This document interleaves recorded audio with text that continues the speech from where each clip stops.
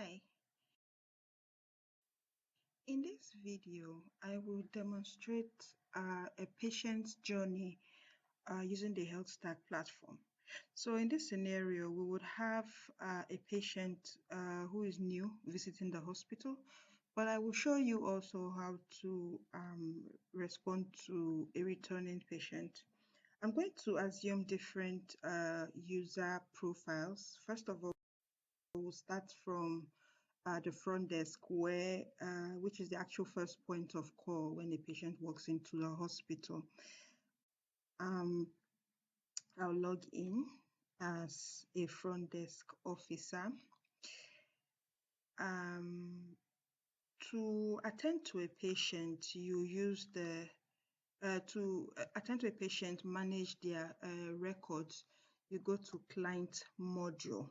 Now let me explain the modules here as seen on my screen. Appointment is where you manage all appointments as regards every location in your hospital. So you can see all appointments for blood bank, all clinic appointments for as you can see the filter by dates. You can see all appointments for pharmacy. You can see all appointments, for every department or location in the organization.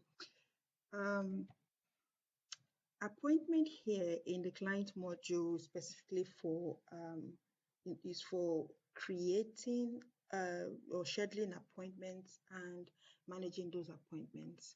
So you might want, when I say managing those appointments, you might want to modify the appointment or as the case may be. Client is where you register patients and you manage existing patients. So I added finance here because I understand that in some hospitals, sometimes you do your billings and payment processing at the front desk. So let me go back to client. So let's say in this demonstration, a patient walks up to the front desk to say, okay, my name is Eva and this is my patient card. I'm here to see a doctor. You at the front desk seeing that, okay, this is a new patient. This is a returning patient. You might want to search, down your list of patients to see that this patient is actually a registered patient at your hospital. What you would do is go to client page and please, what's your name? And the patient name, for instance, is Eva. You see, I just searched, I just typed in Eva, and you can see that the system pulled up a record for all names that are nearest or close to the name I just typed in.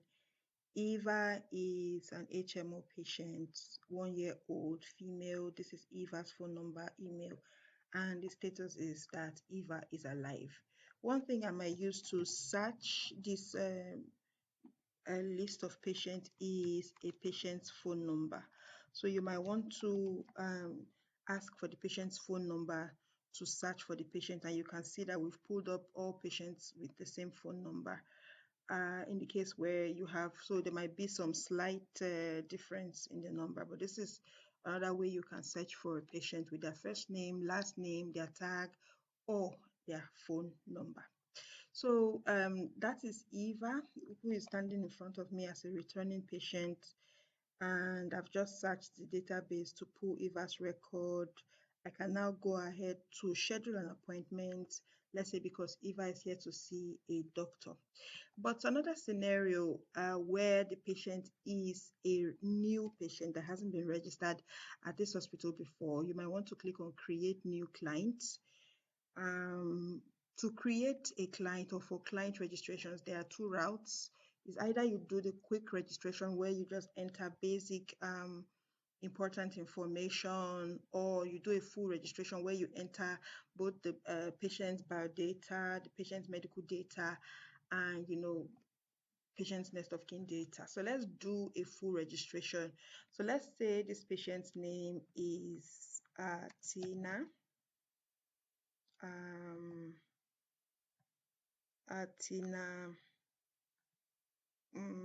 let's say Tina Nick, and Tina's date of birth, is, let's say, 18th of 1990. Uh, let's say Tina is female, obviously. Phone number for Tina is this, and email for Tina is tina@tests.com. Marital status is single. Tina is single. Tina's hospital number, if you still keep hospital numbers, which I feel is like not necessary anymore since we're using phone number as unique identifier for all our patients. I'll use religion, Christianity. I'll say Tina is an engineer. Sorry. Tags. So how do we want to tag Tina? So I can search Tina by her name, Tina, or I can search her by her medical records number. So let me see, we use our medical record number. Tina's address is number 1 Test Street. You see that the map will just pull up your address if I were using a real address. The town, let's say Lekki. The local government is Etiosa, the state is Lagos, and the country is Nigeria. The blood group for Tina is, let's say, A plus. Sorry. And genotype for Tina is AA. Disabilities, there is none. Allergies, Tina is allergic to peanuts. And cold. Comorbidities for Tina. Tina doesn't have any yet. I mean, none that she knows of. Any specific details, none. Next of kin for Tina. Let me just say the name of the next of kin is next of kin. Next of kin's phone number is this. Email for next of kin. Let me use tina@test.com. And relationship is let's say brother. Okay, so brother. So this, the next of kin is Tina's brother. Does the brother have any morbidities, comorbidities? No. So I'll just register. You see that took me about a few minutes to do. So registration of patient is quick, but it depends on the rate at which the patient supplies the information that you need. Okay, so I've just registered a patient, Tina Nick, and Tina Nick wants to see a doctor. I'll click on Tina and I'll just go ahead to schedule an appointment. Before I do that, so it depends on your workflow. It might be that you bill patients before they attend to a doctor, or you bill them after the whole patient encounter. Let's just quickly bill Tina for registration. To do that, we click on bill client, which is where we create a bill for services that Tina would have accessed. So let's say we're billing Tina for new patient registration, which cost about 2,000 naira. I'll add that.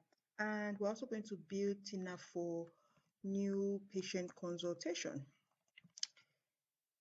Or let's say consultation. Let me just search consultation so you can see there's a whole lot of consultations here. So there's new consultation for 15,000 naira. So I'll add that. So we can just add this to the bill whilst we add every other thing that we need to add to the bill as Tina continues to see a doctor. A bill has been created successfully. Now I will just go ahead and schedule an appointment for Tina. I'll click on appointment and click on Tina. Okay, so this is an old appointment for today. This is the appointments page or component.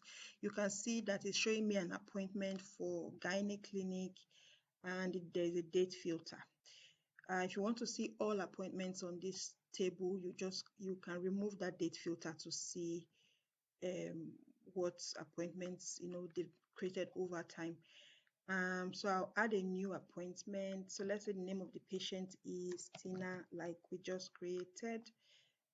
Tina is a cash paying patient, so I wouldn't change anything here. Which doctor are we sending Tina to see? So let's say we are sending Tina to see Dr. Johnny. So I'll just search for Johnny. You can see the name of the doctor, Dr. Johnny Bravo. Dr. Johnny is in the general outpatient, so it's in outpatient clinic. So I'll click on outpatient clinic. This is an on-site visit. Date and time has already been set. Let's say that this appointment is for 12 on the dot. Okay, so let's say this appointment is for 12 p.m. 12 noon. Yeah, and the appointment type is a new appointment because obviously this is a new patient's first time visit and all of that. The appointment status, this has been scheduled. Reason for appointment, walk-in and checkup. See, this is just me writing anything that, I, anything that applies to the reason why this patient is here. So if you want the system to send this appointment booking as an email to the patient, you have to check this to say send to client. Otherwise, you leave it unchecked. Let's just send it anyway. So I'll click on send to client. You choose the email client you're using to send. I'll use the first email client and I'll click on create appointment to schedule this appointment and to send it to the patient. We already billed the patient for consultation, so I wouldn't be doing any billing right now. You can see now that we have this new appointment for Tina, and we sent Tina to the outpatients clinic. Now Tina would move to the next point of call, which is to the front desk, to the nursing station to have her vitals taken. If you check the list of appointments, you can see that we have a whole list of we have two patients for today. We've seen a patient in the gynae's clinic for today, and we're about to see Tina, so yeah, over to the nursing station to get Tina's vitals taken. So now Tina's just walked on to the nursing station to get her vitals taken. I will log in as a nurse. So this is nurse TT. This is Nurse Titi who's about to take care of Tina. What Nurse Titi needs to do is go to clinic. So you can see, before I continue, let me first explain that this, you can see how the menu here is different from what we have for the front desk officer. So your menus would, the menus would, change as, as regards the role that you play in the hospital. Nurse Titi would go to clinic and click on appointments. Here, Nurse Titi will see a list of appointments, according to the filter. If I remove the filter, Nurse Titi will be seeing a lot of appointments that have been fixed over, the space of 1 month for the clinic that we have here. We can see that we just created an appointment for Tina, but we can't find Tina's appointment here. That is because Tina's appointment was sent to the outpatient's location. So I'll need to go over here to change the clinic's location to outpatient. So Nurse Titi would just change the location to, wherever the clinic that Tina is supposed to be going to. Now we can find Tina's appointment here. I'll click on Tina and click on, I'll just change this to, I'll change the status of appointment to with nurse so that anybody else that looks at this can tell that this patient is actually with me. And then, or I'll just check in. I think I should just check in the patient anyway. And this patient is checked in and I'll attend to patients. At the click of attend to patient, you will get to this page called the patient's documentations page. This is where you can see the patient's full profile and a list of actions that you can perform on the patient whilst you're having that clinical encounter. You can see here that we have the name of the patient, Tina Nick, and Tina is a 33 years old female. She's an engineer, A+++. You can see Tina's tag. Tina is a cash paying client. Tina account. You can build Tina. You can see all other clinical information about Tina, about allergies, comorbidities, and disabilities. So let's move over to documenting Tina's vital signs. Remember, Tina is still at the nursing station, and let's say Tina's temperature is 36, pulse is 62, let's say this is 54, let's say this is 144, let's say this is 120, 80, let's say Tina's pain on a scale of 1 to 10, let's say 6. Tina's height, so let's say Tina is 6 feet tall and Tina is 90 kg. I'll save this as draft. The reason why I save this as draft is because because I know that I need to make some further modification to this entry. So maybe I was able to check Tina's height properly and I need to make modify the height. I'll change this to 5.8 and I can now save as final. This means that okay, we are done with collecting Tina's vital information and we can now save this as vital stating. So this is everything that nurse needs to do for Tina at this time. So Tina needs to move over to the doctor's consultation room to see a doctor. So I'm going to be ending this whole nursing activity in the nursing station. But let me just do a quick introduction to the page, the patient's documentations page. You remember we built Tina at the front desk. If I click on this, you can see what Tina was built for. And we can also see vital signs that was taken a while ago for Tina. We can tell that Tina is underweight. I think this would be a good place for the doctor to start their consultation. I don't know, but yeah, that should be something to go by. You would need to click on action to do a lot more. You can chat if the patient is in the ward. You can send out a request for laboratory, radiology, or prescription, or you can do end encounter where you can admit a patient, discharge a patient, set a next appointment, and as much that you need to do. So let's end this consultation so that Tina can go over to Dr. Johnny Bravo. All right. I'm going to be logging in for this next session as Dr. Johnny. So this is Dr. Johnny logged into the Health Stack platform. Dr. Johnny has Tina sitting right in front of him, and after the whole patient uh, uh, discussions, about symptoms and whatever it is, the whole clacking process, Dr. Johnny would need to document. And what Dr. Johnny needs to do is also similar to what, or the navigation pathway for Dr. Johnny is similar to that of Nurse Titi. Dr. Johnny would need to go to clinic and click on appointment. Okay, now we can see that because I'm logged into the same browser, I'm still at the outpatient clinic. So Dr. Bravo can see that okay, he has a patient, Tina, who is sitting right in front of him. Tina has been checked in. Just click on that and go to attend to client. Again, Dr. Johnny can see Tina's profile. Tina is a new patient, remember. Dr. Johnny can see Tina's vital signs. I don't think they're interested in the bills, but can see the vital signs that has been taken. What Dr. Johnny might want to do is, have his own documentation. I understand that doctors usually do a new patient consultation document if they're just seeing a patient for the first time.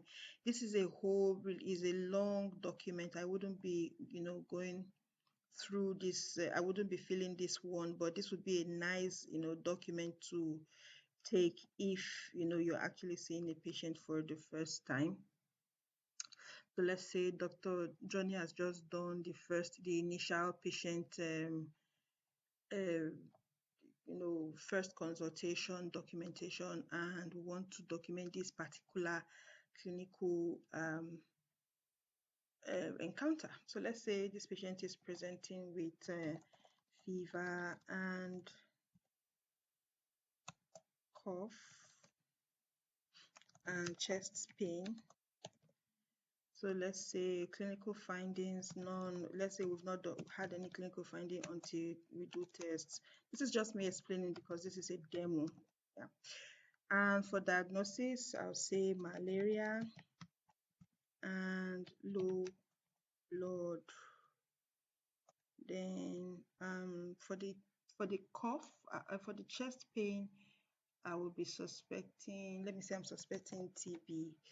My plan is to do lab investigation, chest X-ray, and chest X-ray, and maybe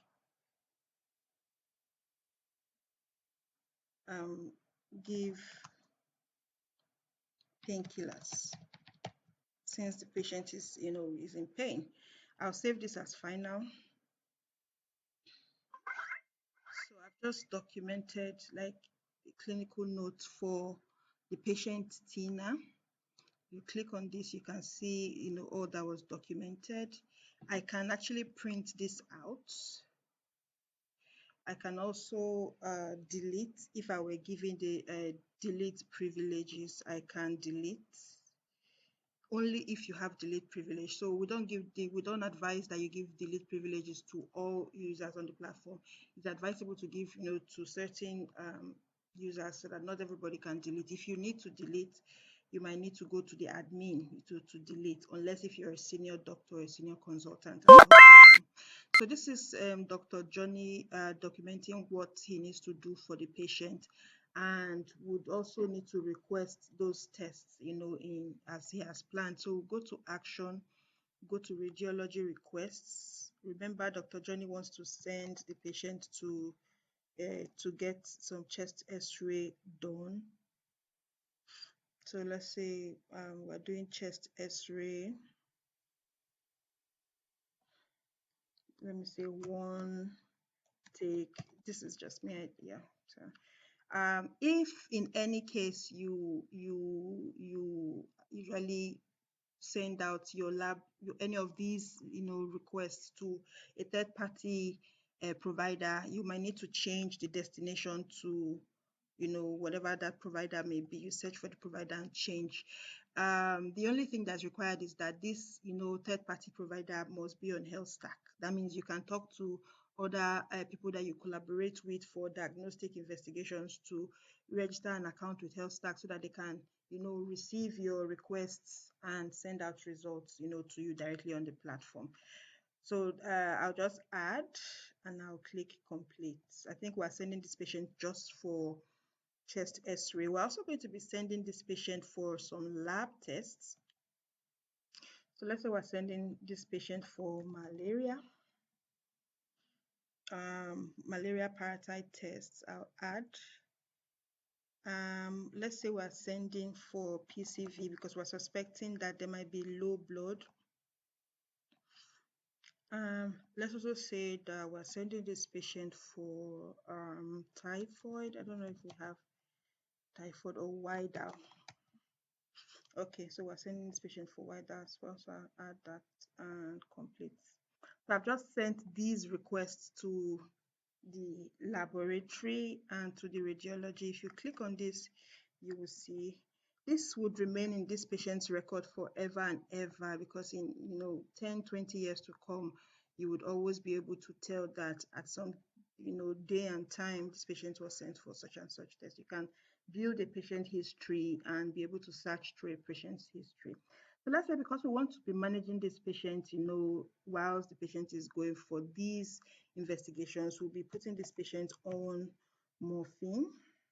Let's say morphine 2 milligram 12 hourly. I'll add that and click complete. I can't treat malaria yet because I'm not sure that this patient has malaria. So this patient will be going over to the lab to get these tests done, and then over to the nursing test station to have